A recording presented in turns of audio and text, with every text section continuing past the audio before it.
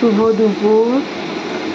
এটা কি বলতো, গাটি কচু ভালো করে তেলের মধ্যে ভেজে নিলাম।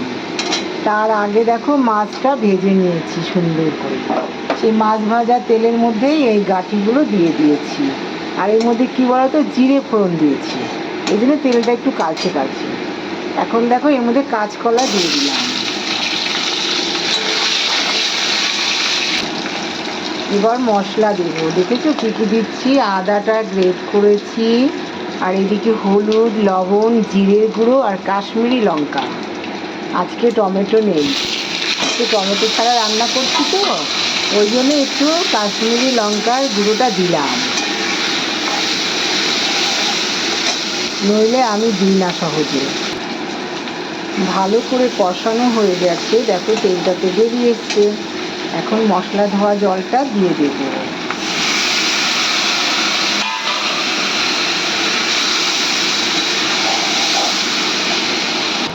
এদিকে দেখো আমার ডাল হয়ে গেছে। আজকে করেছি আমড়া দিয়ে ডাল, বুনো আমড়া দিয়ে ডালটা করেছি আজকে।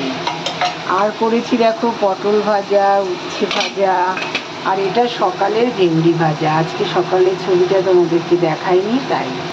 সাদা ভাতও হয়ে গেছে। এবার এই মাছটা রান্না করলেই হয়ে যাবে, আর কিছুই করবো না। ভালো করে কষানো হয়ে গেছে, এখন জলটা দিচ্ছি পরিমাণ মতন। যে যেমন ঝোল খাবে সে তেমনই জল দেবে। আমি একটু বেশি দিচ্ছি, কেননা আমার অনেকটা মাছ, এগুলো আমি একটু বেশি করেই জলটা দিলাম।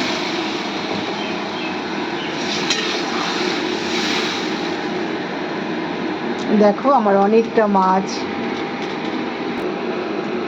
এতটা মাছই আমি দিয়ে দেব। আজকে 10 পিস মাছ, আমার মেয়ে আসবে আজকে, এই জন্যে বেশি কাতলা মাছটা আমাদেরকে এনেছে, নাহলে আমরা কাতলা মাছ খুব একটা খাই না। এবারে মাছগুলো সব দিয়ে দেব, একদম ফুটে গেছে, বুঝেছো? সমস্ত মাছগুলো দিয়ে দিলাম, ব্যাস। এখন আরেকটু ভালো করে ফোটাবো, ব্যাস হয়ে যাবে। দেখেছো কি সহজভাবে রান্নাটা করলাম, বাটনা ছাড়াই, ঘরোয়া রোজকারের মশলা দিয়ে, মানে রোজকার মশলা। একদম রান্নাটা কমপ্লিট হয়ে গেছে। এইটুকুই আমার ভিডিওটা। তোমরা দিদিভাইটার সঙ্গে থাকবে, দিদিভাইটাও তোমাদের সঙ্গে থাকবে। আর সবাই যারা যারা কন্টেন্ট মনিটাইজেশন পাওনি, তারা দেখবা এই মাসেই পেয়ে যাবা,